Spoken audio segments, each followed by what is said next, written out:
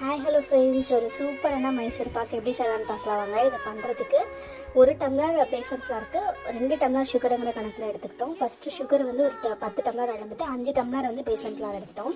சுகரை நல்லா காய்ச்சிக்கலாம். 1 ஸ்டீம் பதம் வரணும். அது வரைக்கும் காய்ச்சிட்டு நம்ம வறுத்து வச்சுருக்க கடல மாவை அதில் போட்டு கொஞ்சம் கொஞ்சமாக நல்லா மிக்ஸ் பண்ணிட்டே வரும்போது ஒரு ஸ்டேஜில் வந்து கிண்டுறதுக்கு ரொம்ப கஷ்டமாக இருக்கும். அப்போ அந்த டைமில் நம்ம ஏற்கனவே சூடு பண்ணிகிட்டு இருக்கிற ஆயிலை சேர்த்துக்கலாம். இதுக்கு 1 லிட்டர் ஆயில், 1 லிட்டர் நெய் வந்து கணக்கு. ஸோ 1 லிட்டர் ஆயில் ஃபஸ்ட்டு சேர்த்துக்கிறோம். ஸோ கொஞ்சம் கொஞ்சமாக சேர்த்து அதை நல்லா கலந்து விட்டுருணும்.